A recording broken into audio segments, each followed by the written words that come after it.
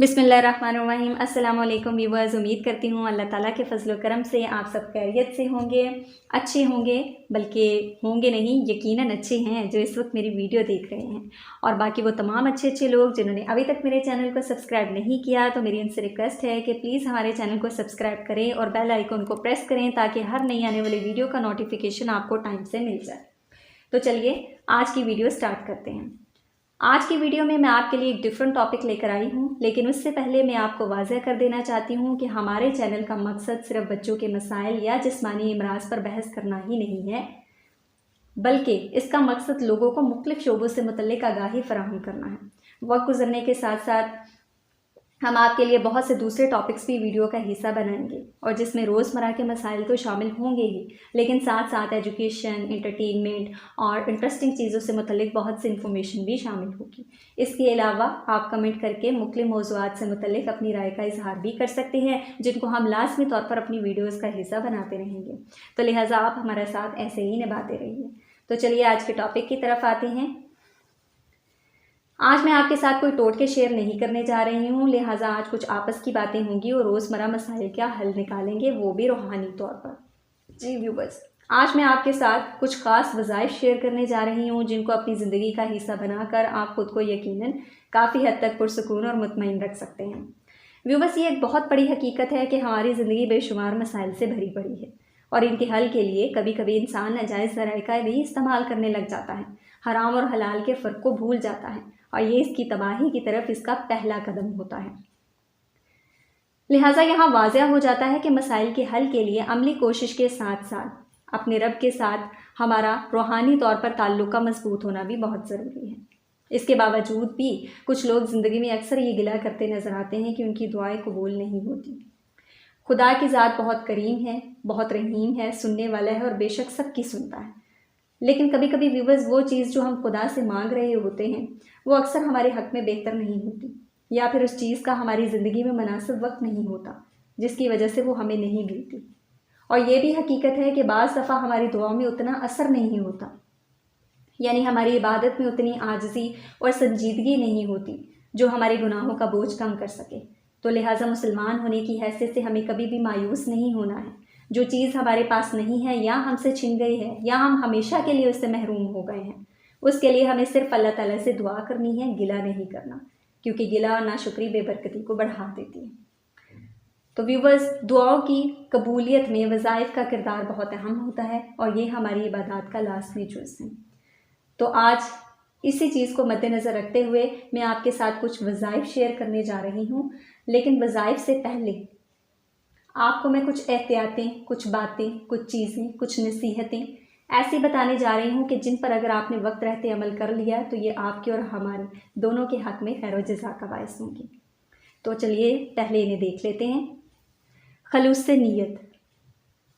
दुआओं की कबूलियत में नीयत का साफ़ होना भी बहुत ज़रूरी है।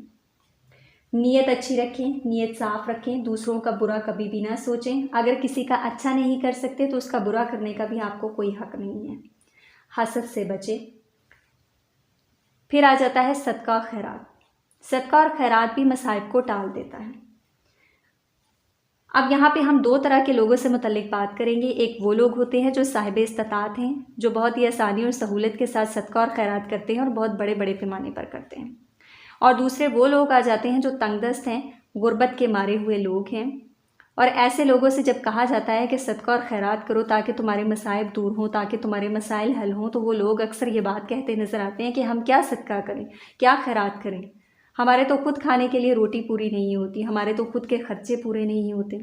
तो व्यूवर्स, यहाँ पर उन लोगों को ये बात वाज़िया कर दी जाती है कि सदका और खैरात जो होता है वो सिर्फ रुपये पैसे से नहीं होता, ज़राए और वसाइल से नहीं होता, और इसके लिए कोई ऐसी हद मुकर्रर नहीं की गई। और शुरू दिन से हम ये पढ़ते चले आ रहे हैं कि रास्ते में से अगर कोई तकलीफ़देह चीज़ भी हटा दी जाए तो वो भी सदका है। बात फिर वही आ जाती है आपकी नीयत की, कि आपने नीयत क्या की है। तो लिहाजा अगर सदक़े की नीयत करते हैं तो उसकी तो बहुत सारी शक्लें हैं।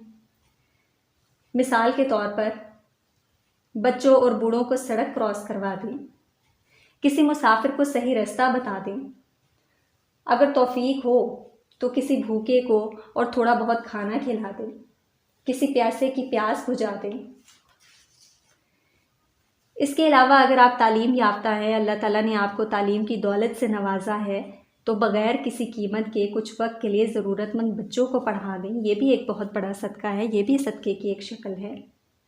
اور گھر میں اگر کبھی کھانے کی کوئی چیز اضافی بچ گئی ہے تو روز نہیں تو کبھی کبھار بچوں میں تھوڑی تقسیم کر دیں، یہ بھی عمل بہت اچھا ہوتا ہے۔ اور اس کے علاوہ ایک اور عمل جو کہ بہت ہی آسان ہے، جس پر کوئی پیسہ نہیں لگتا، جس کے لیے کوئی وسائل یا ذرائع کی ضرورت نہیں ہوتی، کہ کم از کم آپ اتنا تو کر سکتے ہیں کہ آپ گھر کی چھت پر ایک مٹی کا پیالہ اور اس میں پانی، اس کو پانی سے بھر کے وہاں پہ رکھ دیں تاکہ تمام چرند پرند اس پر آئیں اور آ کر اپنی پیاس بجھائیں، اور یہ بھی آپ کے لیے ایک بہت بڑا صدقہ ہے۔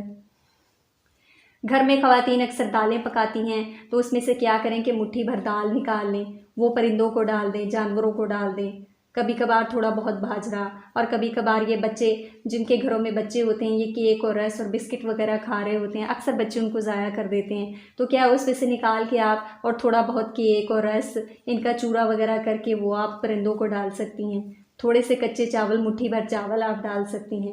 تو یہ سب صدقہ کرنے کے طریقے ہوتے ہیں، یہ وہ چیزیں ہوتے ہیں جن پر کوئی زیادہ پیسہ نہیں لگتا، کوئی زیادہ خرچہ نہیں ہوتا۔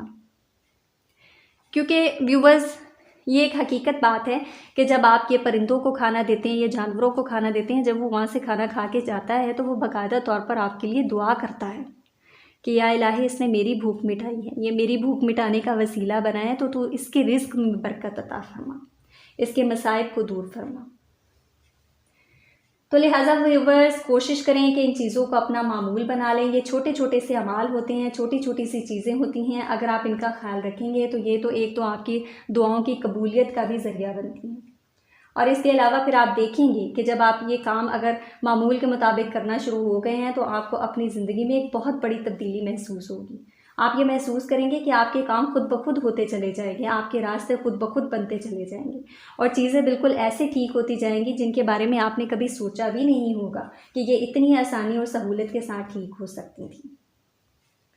تو یہ تھی وہ چند احتیاطیں جو میں آپ کے ساتھ شیئر کرنا چاہتی تھی۔ اب ہم آخر میں آئیں گے اپنے وظائف کی طرف۔ تو یہاں بھی آپ سے ایک درخواست کرنا چاہتی ہوں کہ ان وظائف کو معمول بنانے کے ساتھ ساتھ نماز کی پابندی لازمی ہے، اور جب بھی آپ کوئی بھی وظیفہ شروع کریں گے تو اس کے شروع اور آخر میں کم از کم 3 مرتبہ درود پاک ضرور پڑھیں۔ یہاں پر ہم نے چند ایک مسائل لیے ہیں اور جو کہ بنیادی مسائل ہیں ہماری زندگی کے، ان کے حوالے سے ہم نے کچھ وظائف شیئر کیے ہیں۔ تو اس میں سب سے پہلے ہم دیکھ لیتے ہیں رزق میں برکت کے لیے۔ اس کے لیے آپ نے سورہ واقعہ کا ورد کرنا ہے، اور یہ روزانہ آپ نے 1 بار پڑھنی ہے، اور اللہ تعالیٰ سے رزق میں برکت کی دعا مانگنی ہے۔ پھر آ جاتا ہے قرض کی ادائیگی کے لیے۔ اس کے لیے آپ سورہ نصر پڑھیں، اور کم از کم 41 مرتبہ، یہ آپ کسی بھی نماز کے بعد پڑھ سکتے ہیں۔ اولاد کے حصول کے لیے سورہ مریم پڑھیں، روزانہ 1 بار اس کی تلاوت کریں، اور اس کے ساتھ اللہ اکبر کی ایک پوری تسبیح کریں۔ ذہنی اور قلبی سکون کے لیے سورہ یوسف پڑھیں، اور یہ روزانہ دن میں کم از کم 2 مرتبہ، صبح اور شام، فجر اور عشاء کی نماز کے بعد پڑھ لیں۔ ہر مرض سے نجات کے لیے سورہ فاتحہ کم از کم 41 مرتبہ روزانہ پڑھیں، یہ بھی آپ کسی بھی نماز کے بعد پڑھ سکتے ہیں، اسے چاہے پانی پر یا کھانے والی چیز پر دم کر کے اس کو پی لیں یا کھا لیں۔ دشمنوں سے چھٹکارے کے لیے سورہ نور دن میں 4 دفعہ پڑھیں۔ تمام قسم کے مصائب کو حل کرنے کے لیے، ان سے چھٹکارا پانے کے لیے، نجات حاصل کرنے کے لیے سورہ کوثر پڑھیں۔ اس کی کوئی لمٹ نہیں ہے، اس کا آپ بار بار ورد کریں، جتنا آپ دن میں اس کو پڑھ سکتے ہیں اتنا پڑھیں، انشاءاللہ تعالی اللہ تعالیٰ برکت فرمائے گا اور آپ کے تمام مسائل دور ہو جائیں گے۔ تو یہ تھے وہ چند ایک بنیادی مسائل، اور جن کا تقریباً اکثریت کو سامنا کرنا پڑتا ہے، لہٰذا ان وظائف کو معمول بنائیں اور اپنے اور ہمارے حق میں دعا فرما دیجیے۔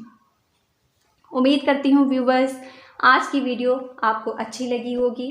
کمنٹ باکس میں کمنٹ کر کے اپنی رائے کا اظہار ضرور کیجیے گا۔ نیکسٹ ویڈیو میں انشاءاللہ بہت جلد آپ سے ملاقات ہوگی۔ دعاؤں میں یاد رکھیے۔ اللہ حافظ۔